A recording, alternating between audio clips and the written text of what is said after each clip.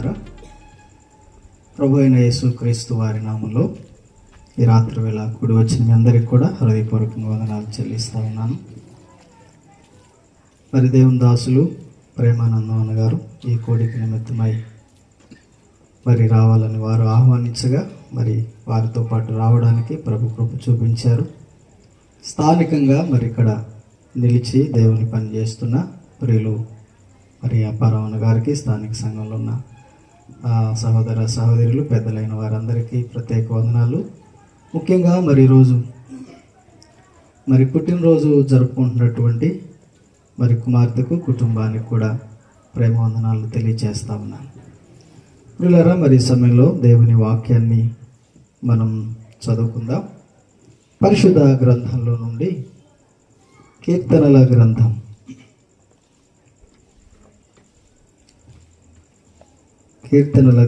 139వ కీర్తన 13, 14 చరణాలు చదువుకుందాం. 139వ కీర్తన 13, 14 చరణాలు నేను చదువుతాను. నా అంతరింద్రియములను నీవే కలుగజేసితివి, నా తల్లి గర్భమందు నన్ను నిర్మించిన వాడవు నీవే. నీవు నన్ను కలుగజేసిన విధము చూడగా భయమును ఆశ్చర్యమును నాకు పుట్టుచున్నవి. అందును బట్టి నేను నీకు కృతజ్ఞతాస్తుతులు చెల్లించుచున్నాను. నీ కార్యములు ఆశ్చర్యకరములు, ఆ సంగతి నాకు బాగుగా తెలిసి ఉన్నది. చిన్న మాట ప్రార్థన చేసుకుందాం. సర్వకృపానిధివై ఉన్న మా ప్రియ పరలోకపు తండ్రి, కృపా సత్య సంపూర్ణుడవై ఉన్న మా గొప్ప దేవ, మీ ఘనమైన ఉన్నతమైన పరిశుద్ధమైన ప్రశస్తమైన నామమును బట్టి స్తుతులు స్తోత్రములు చెల్లిస్తూ ఉన్నాం ప్రభువా. మీ అనాది కాల సంకల్పమును బట్టి జగత్తుకు పునాది వేయబడక ముందే మమ్ములను నీ కృప చేత ఏర్పాటు చేసుకొని మాకు అనుగ్రహించిన రక్షణ కొరకై స్తోత్రాలు ప్రభువా. అయ్యా, మరి ఈ గుణవరం గ్రామంలో మీ స్వరక్తమిచ్చి సంపాదించి ఏర్పాటు చేసుకునేటువంటి స్థానిక సంఘాన్ని బట్టి స్తుతిస్తున్నాం. మరి ఆ సంఘంలో చేర్చబడిన బిడలు, వారి కుటుంబాలను బట్టి మీకు వందనాలు. ప్రత్యేకంగా మరి దినం జన్మదినము జరుపుకుంటున్నటువంటి కుమార్తెను బట్టి కూడా మీకు స్తుతులు చెల్లిస్తున్నాం ప్రభువా. ఈ సందర్భానికి, ఈ ప్రాంతానికి కూడి వచ్చిన వారికి కావలసినటువంటి శ్రేష్టమైన మీ వాక్కులను నాతో మాతో మీరే మాట్లాడండి. నిలవబడిన వాడు వట్టివాడు మట్టివాడు అజ్ఞానుడు ప్రభువా.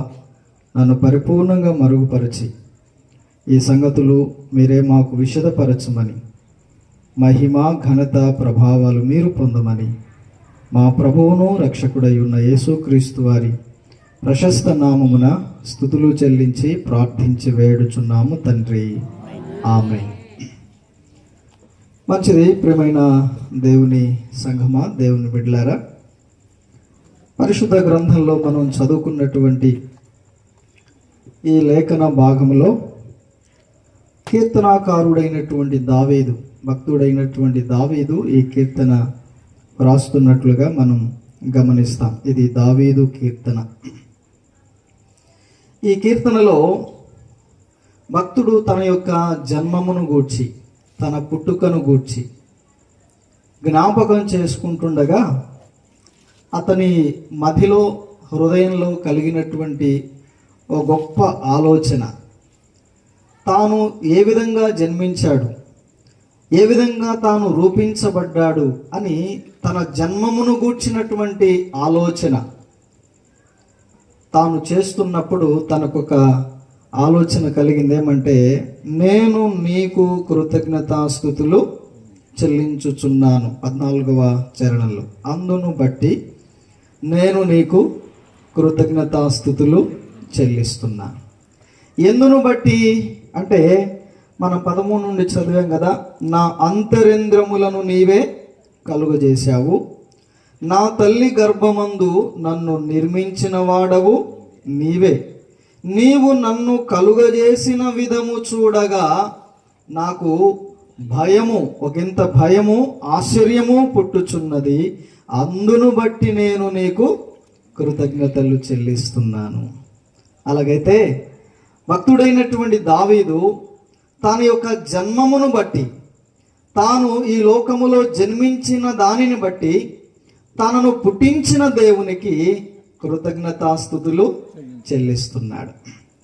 ఎందుకంటే ఈ లోకంలో మనము జన్మించబడుట, పుట్టించబడుట అది మన చేతిలో, మన చిత్తములో లేదు. దేవుని ఏర్పాటు. నీవు నేను ఈ భూమి మీదకి వచ్చామంటే అది దేవుని ఏర్పాటు, దేవుని నిర్ణయము, ఆయన అనుగ్రహము. బైబిల్లో మనకు చాలా ఆధారాలు కనబడతాయి.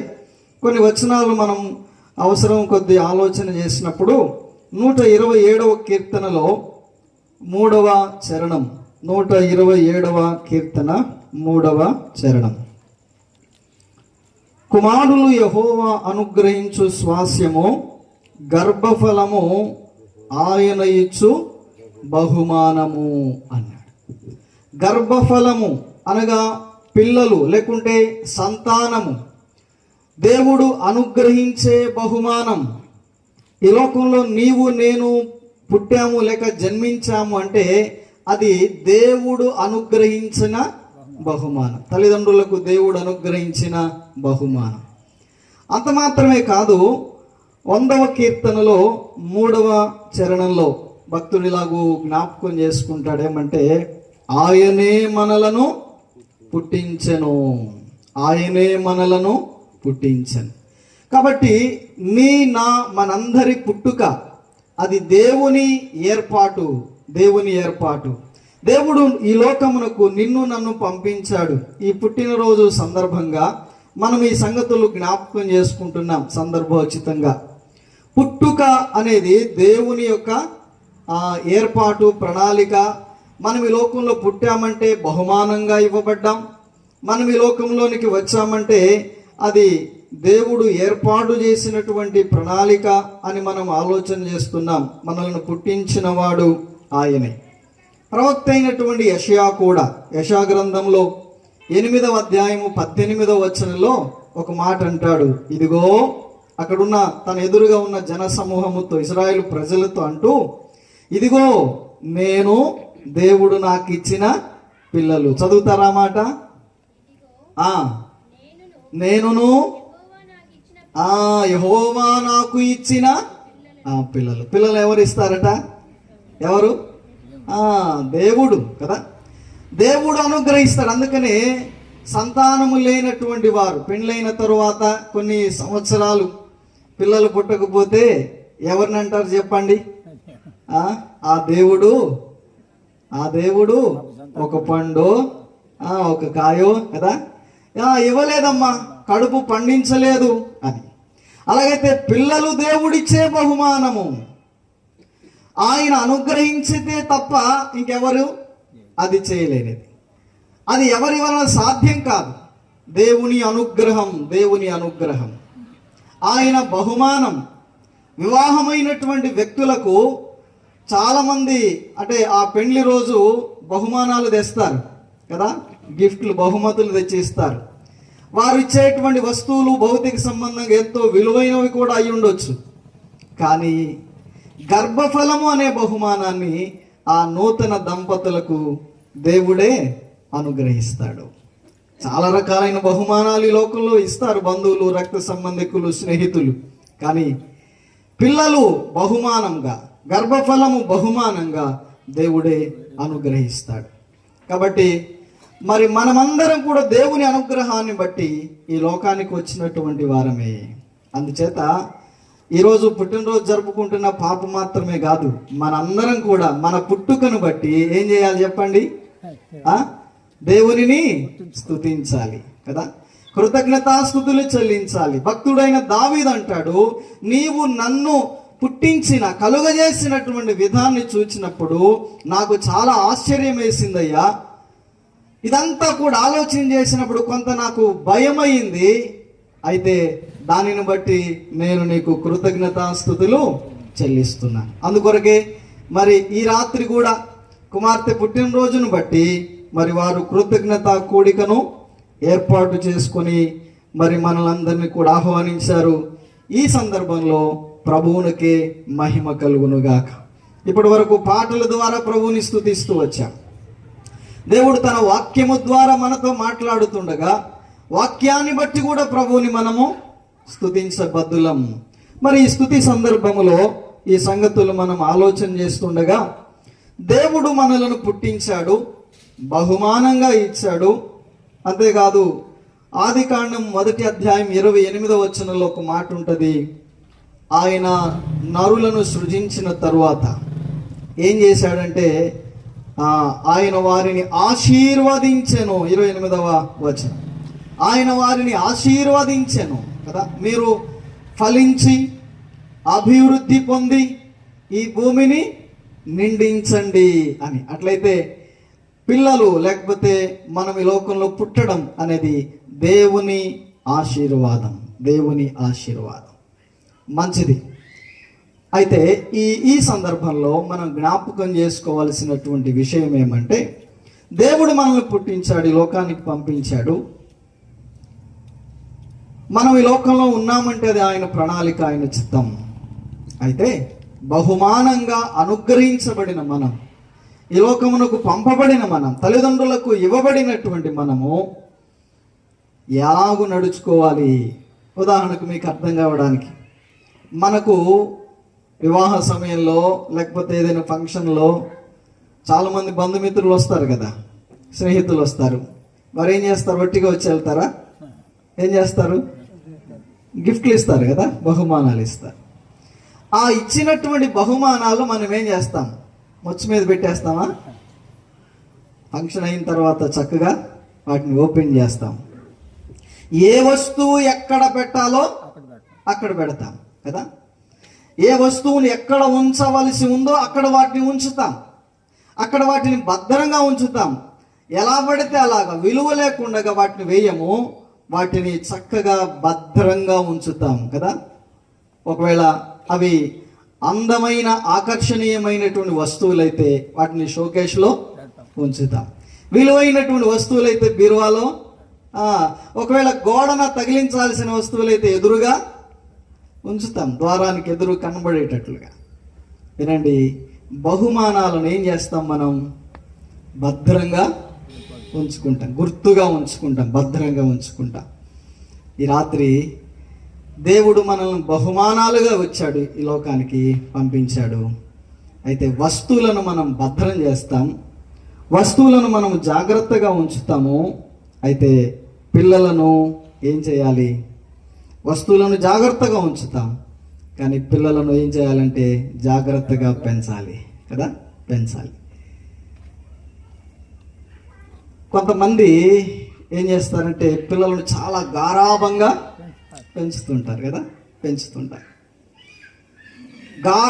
గారవిస్తూ పెంచుతుంటారు. కొంతమంది జాగ్రత్తగా పెంచుతుంటారు, స్ట్రిక్ట్గా పెంచుతుంటారు. కొంతమంది వదిలేస్తుంటారు, వాళ్ళు ఏం చేసినా ఏం పర్వాలేదు అని. జాగ్రత్త. పిల్లలను మనం ఏం చేయాలి? వస్తువులను జాగ్రత్త చేస్తాం, కానీ కొన్నిసార్లు పిల్లలని జాగ్రత్తగా పెంచరు చాలామంది తల్లిదండ్రులు. ఈ రాత్రి దేవుని వాక్యం ద్వారా మనం నేర్చుకునేది ఏమంటే, పిల్లలను కూడా జాగ్రత్తగా పెంచాలి. దేవుడిచ్చిన బహుమానాలు వారు, దేవుడిచ్చిన బహుమానాలను జాగ్రత్తగా పెంచాలి. పెంచడానికి చాలా రకాలైన టూల్స్ ఉన్నాయి కదా, విధానాలు ఉన్నాయి. అయితే అవన్నీ చెప్పుకోవడానికి ఇప్పుడు సమయం కాదు. ఒక 2-3 విషయాలు, అంటే ఎలాగూ పెంచాలి అనే విషయాలు, ఆధ్యాత్మికంగా పిల్లలను ఏ విధంగా పెంచాలి, అలాగే భౌతిక సంబంధంగా పిల్లలను ఏ విధంగా పెంచాలి అనే విషయాలను మనం ఆలోచన చేస్తున్నప్పుడు చాలా ఉన్నాయి. కానీ ఒక 2-3 విషయాలు మీ జ్ఞాపకానికి తేవాలని ఈ రాత్రి మరి ఆశిస్తున్నాను. చూడండి, లేఖనాల్లో నుంచి సామెతల గ్రంథము 22వ అధ్యాయం, సామెతల గ్రంథం 22వ అధ్యాయం వచనం 6వ వచనం. బాలుడు నడవవలసిన త్రోవను వానికి నేర్పుము, వాడు పెద్దవాడైనప్పుడు దాని నుండి తొలగిపోడు. చాలండి. ఈ మాటలు జ్ఞాని అయినటువంటి సొలొమోను గారు రాశారు. అంటే మనకు అర్థం కావాలంటే ఈయన ఒక గొప్ప శాస్త్రవేత్త, పరిశోధకుడు, అన్నిటిలో పరిశోధించిన వాడు, ప్రతి దానిని పరిశీలించాడు, ప్రతి వస్తువును పరిశోధించాడు. ఈయన వంటి శాస్త్రవేత్త ఇంకెవరు లేరు. బహుశా ఒకదానికి సంబంధించిన పర్టికులర్ శాస్త్రవేత్తలు, జ్ఞానులు, సైంటిస్టులు ఉన్నారు, వాళ్ళకి ఇంకొక దాని సంగతి తెలియదు. కానీ ఈ శాస్త్రవేత్తకు తెలియని విషయం అంటూ లేదు. అన్నిటి మీద పరిశోధన చేశాడు, చెట్ల మీద పరిశోధన చేశాడు, ఆకాశాన్ని బట్టి, ఆకాశంలో ఉన్నటువంటి నక్షత్రాల మీద పరిశోధన, భూమి మీద ఉన్నటువంటి వాటి విషయంలో పరిశోధన, మనుషుల విషయాల్లో పరిశోధన, స్త్రీల విషయంలో, పురుషుల విషయంలో, పిల్లల విషయంలో, పెద్దలు, వృద్ధులు. ఆయన పరిశోధించని విషయం ఏది లేదు. అన్నిటినీ పరిశోధించి క్షుణ్ణంగా, విపులంగా వ్రాశాడు. అయితే ఆయన, ఈ గొప్ప శాస్త్రవేత్త అయినటువంటి సొలొమోను గారు ఒక చక్కని మాట చెప్పాడు. అంటే పిల్లల విషయంలో అతడు పరిశోధించి చేసిన పరిశోధనలో తేలినటువంటి విషయం. ఆయన అంటాడు ఏమని, బాలుడు లేకపోతే పిల్లలు నడవవలసిన త్రోవను వారికి నేర్పాలి. పిల్లలకు ఏం చేయాలట? నేర్పించాలి. వారు నడవాల్సిన త్రోవ వారికి నేర్పించాలి. అప్పుడు వారు పెరిగి పెద్దవారైనప్పటికీ, అక్కడ ఉంటుంది, వృద్ధులైనప్పటికీ దాని నుండి తొలగిపోరు. బాల్యములో ఏదైతే వారికి పునాది వేయబడుతుందో, బాల్యములో ఏదైతే వారు నేర్చుకుంటారో, వారు పెద్దవారైనప్పటికీ కూడా ఆ త్రోవలోనే ఉంటారు, ఆ దారిలోనే ఉంటారు. అంచేత తల్లిదండ్రులు ఏం చేయాలంటే తమ పిల్లలకు నేర్పించాలి. నేర్పించకపోయినా వాళ్ళు నేర్చుకుని చేసే విషయాలు కొన్ని ఉన్నాయి. కానీ ఇప్పుడు నేను చెప్పబోయే నేర్పిస్తేనే వస్తాయి అవి. అందుకే సొలొమోను చెప్తున్నాడు, పిల్లలకు వాటిని నేర్పించాలి. బూతులాడడం నేర్పక్కర్లా, అవి ఆటోమేటిక్గా వచ్చేస్తాయి. దొంగతనం నేర్పించక్కర్లేదు, చెడు పనులు చేయడం నేర్పక్కర్లేదు, వాటికి నేర్పరితనం అక్కర్లేదు, అవి స్వభావంలోనే ఉన్నాయి. ఇదే సొలొమోను గారు ఒక మాట అంటాడు, నరుని హృదయము బాల్యము నుండి చెడ్డది, మూఢత్వము స్వాభావికంగా అది బాల్యము నుండే ఉంది అంటాడు. అది కొన్ని అవి స్వభావంలోనే ఉన్నాయి, అవి నేర్పాల్సిన అవసరం లేదు, నేర్చుకోవాల్సిన పని లేదు, కానీ నేర్పించాల్సినవి. అందుకే నడవవలసిన త్రోవను వారికి నేర్పించు అంటున్నాడు. నడవాల్సిన త్రోవను పిల్లలకు నేర్పించాలి. అయితే ఏమి నేర్పించాలి అనే విషయాలు నేను క్లుప్తంగా గుర్తు చేసి ముందుకు వెళ్తాను. 22:6 మనం చదివాము, బాలుడు నడవవలసిన త్రోవను వానికి నేర్పాలని. చూడండి ఏమి నేర్పించాలి అంటే, కీర్తనల గ్రంథం 34వ కీర్తన చరణం 11 చూడండి. 34వ కీర్తన 11వ చరణం. పిల్లలారా మీరు వచ్చి నా మాట వినుడి, యెహోవా యందలి భయభక్తులు మీకు నేర్పెదను. పిల్లలారా మీరు వచ్చి నా మాట వినండి, నేను మీకు నేర్పిస్తాను. ఏం నేర్పిస్తాడట? దేవుని యందు భయభక్తులు కలిగి ఉండడం నేర్పిస్తాను. పిల్లలు వినండి, మనము పిల్లలకు నేర్పించాలి. ఏమి నేర్పించాలి? భక్తి కాదు. భక్తి చేయని వాళ్ళు, భక్తి లేని వాళ్ళు ఎవరు ఈ లోకంలో లేరు. అన్ని ఏదో ఒక విధంగా భక్తి అనే భావనలో చాలా మంది ఉన్నారు, భక్తి మార్గంలో చాలా మంది ఉన్నారు. అయితే నేర్పించాల్సింది ఏంటో తెలుసా? భయభక్తులు నేర్పించాలి. భయముతో కూడిన భక్తి. ఈ భయం ఏది? బెదిరిపోయే భయం కాదు ఇది. హాని జరుగుతుందేమో, ప్రమాదం జరుగుతుందేమో, ఏమైనా చేస్తాడనే భయం కాదు సుమా. ఇది వినయముతో కూడిన భయం, ప్రేమతో కూడినటువంటి భయం, గౌరవంతో కూడినటువంటి భయం. ఉదాహరణకు ఎవరైనా పెద్దవాళ్ళు, గొప్పవాళ్ళు వచ్చినప్పుడు మనం కూర్చొని ఉంటాం. వాళ్ళు రాగానే ఏం చేస్తాం చెప్పండి? లేచి నిలబడతాం, నమస్కారం అంటాం, లేకపోతే వందనాలు చెప్తాం. అంటే వాళ్ళు వచ్చి లేచి వాళ్ళు రాగానే లేచి నిలబడాలా, వాళ్ళకి మేము భయపడాలా? అట్లాంటిది కాదు అది. భయంతో నేను వచ్చి నిలబడినా కూడా కూర్చొని ఉండరు, పైకి లేగలేదు, నేనంటే అసలు భయం లేదా అనే ధోరణి కాదు అది. ఎందుకు లెగుస్తాం? ఎందుకు వారికి నమస్కారం చేస్తాం? చెప్పండి. వారి మీద ఉన్న గౌరవం. అది అట్లాంటి భయం. దేవుని పట్ల ఉండవలసిందేమంటే గౌరవంతో కూడిన, వినయంతో కూడినటువంటి భయం. అవును, అందుకొరకే పిల్లలకు ఏమి నేర్పించాలంటే భయభక్తులు నేర్పించాలి, భక్తి శ్రద్ధలు నేర్పించాలి. ఇవి నేర్పించకపోతే రావు. అందుకే భక్తుడు అంటున్నాడు, పిల్లలారా రండి, నా మాట వినండి, నేను మీకు దేవుని యందు భయభక్తులు కలిగి ఉండడం ఏంటో నేర్పిస్తాను. ఈ భక్తి భయభక్తులు ఎప్పటి నుంచి నేర్పించాలి పిల్లలకు? ఎప్పటి నుంచి నేర్పించాలి? బాల్యము నుండే నేర్పించాలి కదా. బాల్యము నుండే నేర్పించాలి. కొంతమంది అంటారు వాళ్ళకి ఏం తెలుసు అండి ఇప్పుడే, వాళ్ళకి ఇప్పుడేం తెలుసు, వాళ్ళు పెద్దలు అయిన తర్వాత వాళ్ళే తెలుసుకుంటారు, వాళ్ళే వస్తారు కదా. లేదు, బాల్యము నుండి వారికి భయభక్తులు నేర్పించాలి. దేవుని పట్ల భయభక్తులు నేర్పించాలి, పెద్దల పట్ల గౌరవాన్ని నేర్పించాలి. అవునా? తోటి వారి విషయంలో ప్రేమ, కనికరం, జాలి వంటి విషయాలు వారికి నేర్పించాలి. పాలుడు నడవవలసిన త్రోవ నేర్పించాలి. భయభక్తులు దేవుని విషయంలో భయభక్తులు ఉండాలి. పెద్దల విషయంలో గౌరవాన్ని నేర్పించాలి పిల్లలకు కదా. గౌరవించడం నేర్పించాలి. అట్లయితే బైబిల్లో ఒక తల్లి తన కుమారుడికి భయభక్తులు నేర్పించింది. మనకు తెలుసు కదా. సమూయేలు మొదటి గ్రంథం 1వ అధ్యాయం 28వ వచనం. సమూయేలు మొదటి గ్రంథం 1వ అధ్యాయం 28వ వచనం.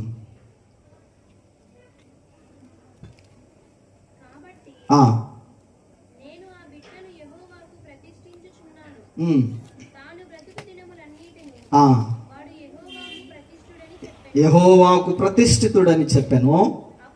అప్పుడు వాడు యెహోవాకు అక్కడనే మొక్కాను.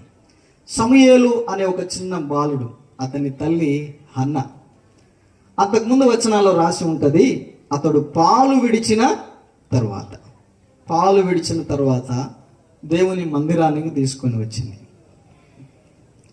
ఇదిగో అక్కడున్న దైవజనుడు చెప్తుంది, ఇదిగో నా ఏలినవాడా, ఇదిగో వీడు యెహోవాకు ప్రతిష్ఠితుడు అని దైవజనుడితో చెప్తా ఉంది, మాట్లాడుతుంది. వీడిని యెహోవాకు ప్రతిష్ఠించడానికి వచ్చాను. ఆ మాట చెప్పిన తోడనే ఆ పిల్లవాడు, పాలు విడిచిన పిల్లవాడు ఏం చేశాడట? వాడు అక్కడనే యెహోవాకు మొక్కాడు, సాగిలపడ్డాడు. ఇది దేవుని సన్నిధి, దేవుని మందిరం, ఇదిగో దైవజనుడు, ఇదంతా కూడా దేవుని ప్రాంగణం. ఇక్కడ నేను ప్రతిష్ఠించబడుతున్నాను అనే ఆ భక్తి భావన తనకు అర్థమైనప్పుడు, మోకాళ్ళ మీద పడరా, వందనాలు చెప్పరా అనలా కదా. వెంటనే వాడు అక్కడే, ఆ తల్లి పాలు త్రాగుతున్నప్పుడే ఆ పిల్లవానికి నేర్పింది. దేవుని యందలి భయభక్తులను బాల్యములోనే పాలు త్రాగుతున్నప్పుడే నేర్పించింది. ప్రియమైన తల్లిదండ్రులారా, పెద్దలారా, మనము మన పిల్లలకు బాల్యము నుండే భయభక్తులు నేర్పించాలి. అందుకే ఒక నానుడి సామెత ఉంది కదా, మొక్కై వంగనేదే మానై వంగున. మొక్కలో నేర్పకపోతే, బాల్యములో నేర్పకపోతే మానుగైన తర్వాత సాధ్యం కాదు, కష్టం. మొక్కగా ఉన్నప్పుడు ఎటువైనా మనం దాన్ని వంచవచ్చు. అదే మ్రాను అయిపోతే వంగుతుందా? విరిగిపోతుంది. అంచేత బాల్యములోనే మనం పిల్లలకు నేర్పించాలి. భయభక్తులు నేర్పిస్తే ఏం కలుగుతుందో ఒక మాట చెప్పి తర్వాత మాటకు వెళదాము. భయభక్తులు నేర్పించబడాలి, నేర్చుకోవాలి, నేర్పాలి అనే విషయం విన్నాం. ఒక ఉదాహరణగా హన్న తన కుమారుడికి బాల్యము నుండే భయభక్తులు నేర్పించింది. భయభక్తులు నేర్చుకుంటే మన పిల్లలకు నేర్పిస్తే ఏం జరుగుతుంది? 34వ కీర్తన 9-10 చరణాలు చూడండి. 34వ కీర్తన 9-10 చరణాలు. యెహోవా భక్తులారా, ఆయనందు భయభక్తులు ఉంచుడి, ఆయనందు భయభక్తులు ఉంచు వారికి ఏమీయూ కొదువలేదు. సింహపు పిల్లలు లేమి గలవై ఆకలిగొనినను యెహోవాను ఆశ్రయించు వారికి ఏ మేలుయు కొదువై ఉండదు. చూడండి, ఇక్కడ భయభక్తులు గలవారిని గురించి చెప్తున్నాడు. భయభక్తులు కలిగినటువంటి వారు ఎలా ఉంటారు? కొదువలేని వారిగా ఉంటారు. వారికి ఏం జరుగుతుంది? వారి జీవితంలో మేలు జరుగుతుంది కదా. మేలుకరమైనటువంటి జీవితాన్ని వారు జీవించగలుగుతారు, కొదువలేని జీవితాన్ని వారు జీవించగలుగుతారు. అందుచేత భయభక్తులను నేర్పించాలి. భయభక్తులు దేవుని పట్ల కలిగి ఉంటే ఆయన ఎవరికి ఏ కొదువ చేయడు, ఏ మేలు కొదువ చేయడు. అందుకే ఇదే కీర్తన రాసిన కీర్తనగాడు 23వ కీర్తన అంటాడు, యెహోవా నాకు కాపరి, నాకు లేమి కలుగదు. ఆయన భయభక్తులు కలిగి ఉన్న వారికి ఆయన ఏమి కొదువ చేయడట కదా. ఏ మేలు కొదువ చేయడు. ఆయన సమృద్ధిని ఇస్తాడు, మేలుతో నింపుతాడు. తర్వాత రెండవ మాటలోనికి మనం వెళ్దాం. ఏం నేర్పించాలి అనేది. ఫస్ట్ ఏం నేర్పించాలి చెప్పండి? భయభక్తులు నేర్పించాలి. రెండవ మాటకు వెళదాం. ద్వితీయోపదేశ కాండం 6వ అధ్యాయము 7వ వచనం. ద్వితీయోపదేశ కాండం 6వ అధ్యాయం 7వ వచనం. నీవు నీ కుమారులకు వాటిని అభ్యసింపజేసి నీ ఇంట కూర్చున్నప్పుడు, త్రోవలో నడుస్తున్నప్పుడు, పండుకొనినప్పుడు, లేచినప్పుడు వాటిని గూర్చి మాట్లాడవలెను. వేటిని గూర్చి ఏం మాట్లాడాలి, ఏమి చెప్పాలి, ఏమి నేర్పించాలంటే ఆ పై వచనాలు చెప్పాడు. యెహోవా ఆజ్ఞలు, ధర్మశాస్త్రపు మాటలు అవన్నీ. నీవు నీ పిల్లలకు, నీ కుమారులకు, నీ కుమార్తెలకు వీటిని అభ్యసింప చేయాలి, వీటిని నేర్పించాలి. వారు పడుకునేటప్పుడు, వారు లేచినప్పుడు, వారు కూర్చున్నప్పుడు, వారు త్రోవన నడుస్తున్నప్పుడు ఇవి వారికి నేర్పించాలి. ఒక మాటలో చెప్పాలంటే ఏమి నేర్పించాలంటే ధర్మశాస్త్ర వాక్యం అనగా దేవుని వాక్యాన్ని పిల్లలకు నేర్పాలి. బాల్యము నుండే దేవుని వాక్యాన్ని పిల్లలకు నేర్పించాలి. దేవుని సందేశం, దేవుని వాక్యం ఏముంటుంది? ఆయన సందేశం ఉంటుంది, ఆయన మాటలు ఉంటాయి, ఆయన ఆజ్ఞలు ఉంటాయి, ఆయన కట్టడలు ఉంటాయి, ఆయన ఉద్దేశాలు, ఆయన చిత్తం ఉంటుంది. వాటిని నేర్పించాలి. పిల్లలకు దేవుని వాక్యాన్ని నేర్పించాలి. చాలా సంగతులు ఉన్నాయి కానీ నేను 1-2 విషయాలని మాత్రమే చెప్తున్నాను. పిల్లలకు నేర్పించాల్సినవి చాలా ఉన్నాయి. ఈ సమయంలో ఒక 2-3 విషయాలు మనం జ్ఞాపకం చేసుకున్నాం. ఒకటి, భయభక్తులు నేర్పించాలి. రెండవది, దేవుని వాక్యాన్ని నేర్పించాలి. ఎందుకు దేవుని వాక్యాన్ని నేర్పించాలి అంటే రండి చూడండి, 119వ కీర్తన 50వ చరణం. 119వ కీర్తన 50వ చరణం.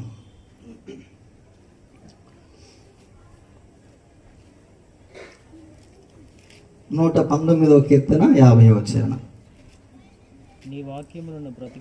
నీ వాక్యము నన్ను బ్రతికించి ఉన్నది, నా బాధలలో ఇదే నాకు నెమ్మదిని కలుగజేసింది. భక్తుడైన దావీదు ఈ మాట అంటున్నాడు, దేవా నీ వాక్యము ఏదైతే ఉందో అది నన్ను బ్రతికించింది. నేను బాధల్లో ఉన్నప్పుడు నీ వాక్యము నాకు నెమ్మది, ఓదార్పునిచ్చింది అంటున్నాడు. ఎవరి హృదయములోనైతే దేవుని వాక్యం ఉంటుందో వారి జీవితంలో నెమ్మది కదా, వారి జీవితంలో సంతోషం, వారి జీవితంలో సమాధానం కలుగుతుంది. అది అంత మాత్రమే కాదు, వారేమవుతారట, నీ వాక్యము నన్ను బ్రతికించింది. యేసుక్రీస్తు ప్రభువారు శరీరధారిగా ఉన్నప్పుడు ఆయన ఒక మాట చెప్పాడు. పాత నిబంధన లేఖనాన్ని ఎత్తిపట్టి ఆయన శోధింపబడుతున్నప్పుడు అపవాది ఆయన దగ్గరకు వచ్చి అన్నాడు, నీవు ఈ రాళ్ళు రొట్టెలగునట్లు చేసుకొని తిను అన్నప్పుడు ప్రభు అన్నాడు, మనుషుడు రొట్టె వలన మాత్రము కాదు, దేవుని నోట నుండి వచ్చే మాట వలన బ్రతుకుతాడు. దేవుని నోట నుండి వచ్చే ప్రతి మాట మనల్ని బ్రతికిస్తుంది. దేవుని వాక్యం ఎందుకు పిల్లలకు నేర్పించాలి? ఎందుకు నేర్పించాలంటే చెప్పరా, దేవుని వాక్యం ఏం చేస్తుంది? బ్రతికిస్తుంది, బ్రతకడం నేర్పిస్తుంది. దేవుని వాక్యము కదా మన ప్రాణములను తెప్పరిల్లా చేస్తుంది, జీవింపజేస్తుంది. ఆత్మీయ కోణంలో మరొక విధంగా ఆలోచన చేస్తే వాక్యము అనగా ప్రభు అయిన యేసుక్రీస్తు, ఆ వాక్యము మనల్ని జీవింపజేస్తుంది, అనగా ఈ లోకంలో జీవించేటట్లు చేస్తుంది. అంతే మాత్రమే కాదు, ఈ లోకాన్ని విడిచిన తర్వాత ప్రభుతో కూడా పరలోకంలో యుగాయుగాలు జీవించేటట్లు చేస్తుంది వాక్యం. అందుకే మనం పిల్లలకి ఏం నేర్పించాలా? వాక్యం నేర్పించాలి. వాక్యము బ్రతికిస్తుంది, ఈ లోకంలో బ్రతికిస్తుంది మాత్రమే కాదు, ఈ లోకానంతర జీవితం ఇంకొకటి ఉంది, యుగ యుగాలు అక్కడ జీవించాలి. అందుకొరకు ఈ వాక్యం మనలను బ్రతికిస్తుంది. ఎంత మంచి మాట కదా! నీ వాక్యము నన్ను బ్రతికించింది అన్నాడు. అదే 119వ కీర్తనలో 11వ చరణం కూడా మనం చూస్తే మరొక సంగతి, ఎందుకు వాక్యం పిల్లలకు నేర్పించాలి అని అంటే, ఒకటి అది మనల్ని బ్రతికిస్తుంది కాబట్టి. నీ ఎదుట నేను పాపము చేయకుండానట్లు నా హృదయములో నీ వాక్యమును ఉంచుకున్నాను. భక్తుడు దావీదు అంటాడు, నేను పాపం చేయకుండా ఉండేందుకు ఏం చేస్తానంటున్నాడు? నీ వాక్యమును నా హృదయంలో ఉంచుకున్నాను. చెప్పండి, అట్లయితే వాక్యం మనం పిల్లలకు నేర్పిస్తే, మనం నేర్చుకుంటే ఏం జరుగుతుంది? పాపము చేయకుండగా, ఇలా చెప్పుకుందామా, దారి తప్పిపోకుండగా, త్రోవ తప్పిపోకుండగా కదా, తప్పు త్రోవల్లోకి పోకుండగా వారిని సరైన మార్గంలో నడిపించేది దేవుని వాక్యం. దేవుని వాక్యం. ఈనాడు చాలా మంది పిల్లలు, యవనస్తులైన వారు దారి తప్పిపోతున్నారు కదా, మార్గము తప్పిపోతున్నారు, ఇష్టానుసారంగా బ్రతుకుతున్నారు. కారణం వారిలో దేవుని వాక్యం లేకపోవడం. దేవుని వాక్యము ఎవరి హృదయాల్లో ఉంటుందో, ఎవరి మనసుల్లో ఉంటుందో, వారు దారి తప్పేదానికి అవకాశం లేదు, తప్పు త్రోవలకు వెళ్లేందుకు అవకాశం లేదు, పాపం వైపు వెళ్లేందుకు అవకాశం లేదు. ఎందుకంటే దేవుని వాక్యము వారిని సరైన త్రోవలో నడిపిస్తుంది. అందుకే ఇదే భక్తుడు మరొక చోట అంటాడు, నీ వాక్యము నా పాదములకు దీపము, నా త్రోవలకు వెలుగు. చెప్పండి, అట్లయితే మనం పిల్లలకి ఏమి నేర్పించాలా? వాక్యం నేర్పించాలి, భయభక్తులు నేర్పించాలి. రెండవది, వారికి వాక్యమును నేర్పించాలి. మాత్రమే కాదు, 107వ కీర్తనలో 20వ చరణంలో ఉంటుంది, ఆ వాక్యం ఏం చేస్తుందంటే, ఆయన తన వాక్కును పంపి వారిని స్వస్థపరిచాడు. వాక్యం స్వస్థత కూడా కలుగ చేస్తుంది. సమయం దాటిపోతూ ఉంది, త్వరగా ముందుకు వెళదాం. ఆఖరి మాట నేను జ్ఞాపకం చేసి ముగిస్తాను. తిమోతికి రాసిన 2వ పత్రిక 3వ అధ్యాయం 14-15 వచనాల్లో, తిమోతికి రాసిన 2వ పత్రిక 3వ అధ్యాయం 14-15 వచనాల్లో ఈ మాట ఉంది. అక్కడ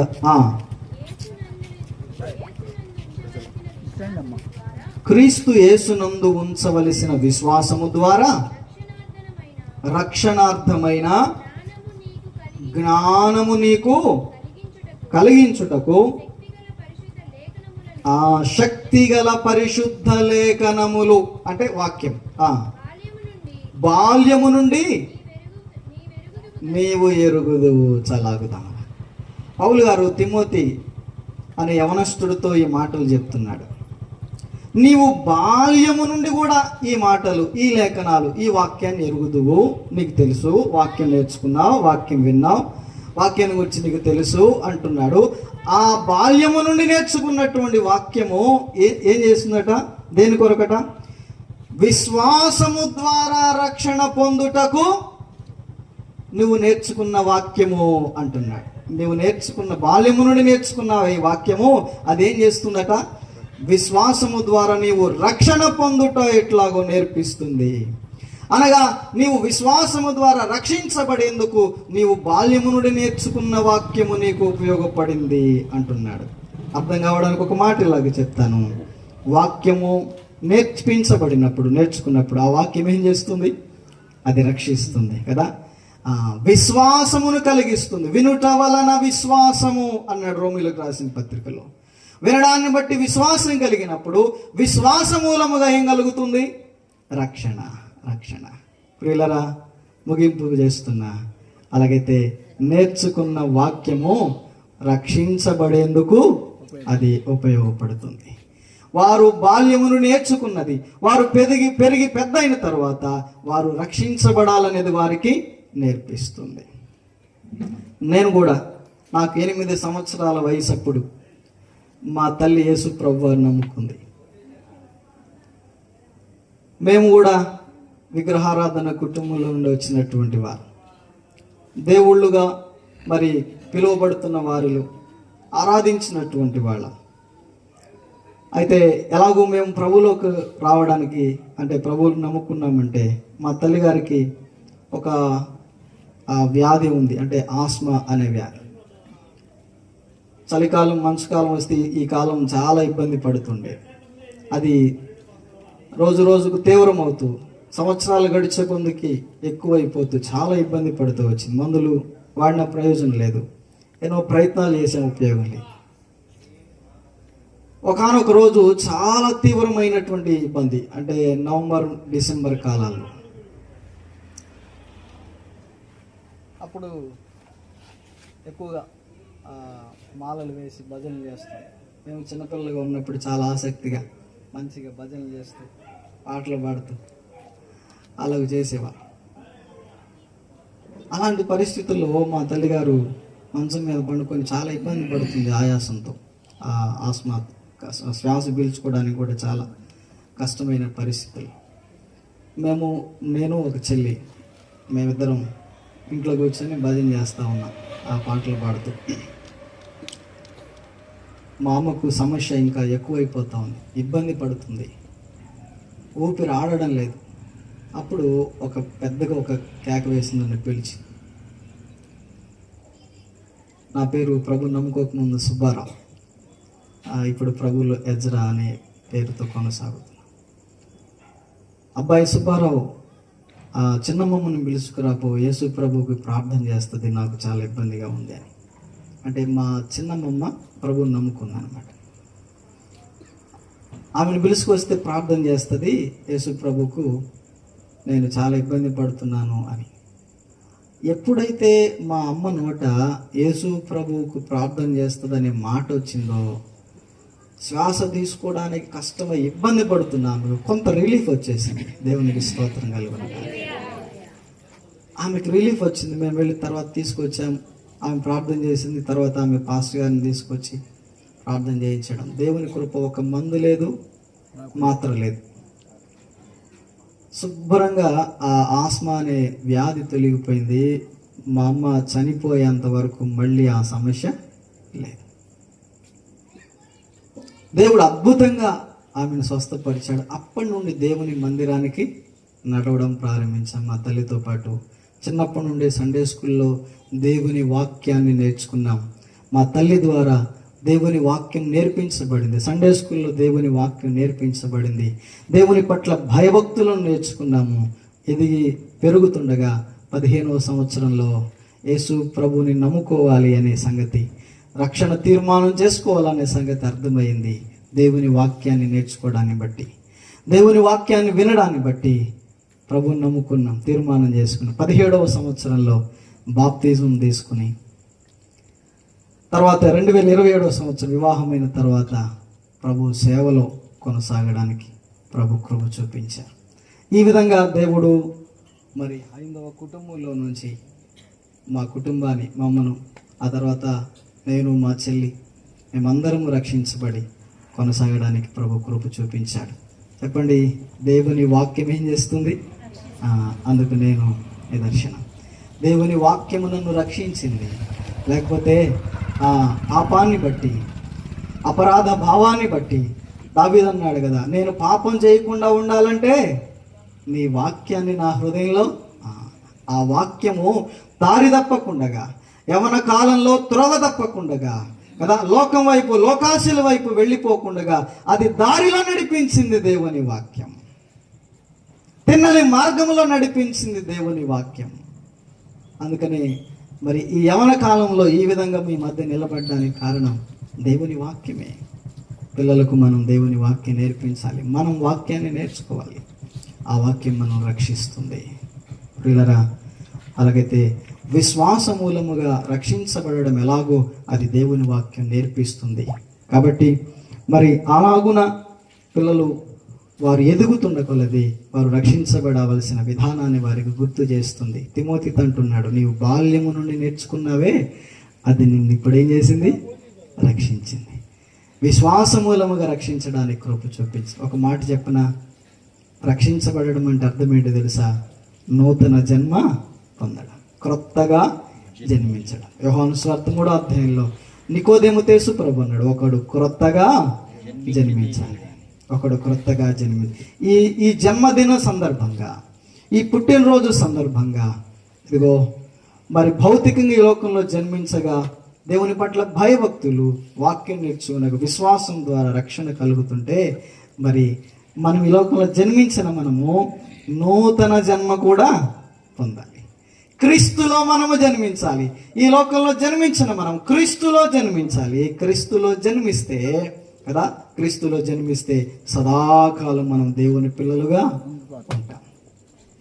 మరి ఆ నూతన జన్మ ఎలాగూ పొందాలి, ఎలాగూ రక్షించబడాలి, విశ్వాస మూలముగా ఎలాగ రక్షించబడాలి? యోహాను సువార్త 1వ అధ్యాయంలో 11, 12, 13 వచనాలు చెప్తాడు. ఏమంటే, తనను ఎందరూ అంగీకరించారో వారందరూ దేవుని పిల్లలు. దేవునికి మహిమ కలుగునగా.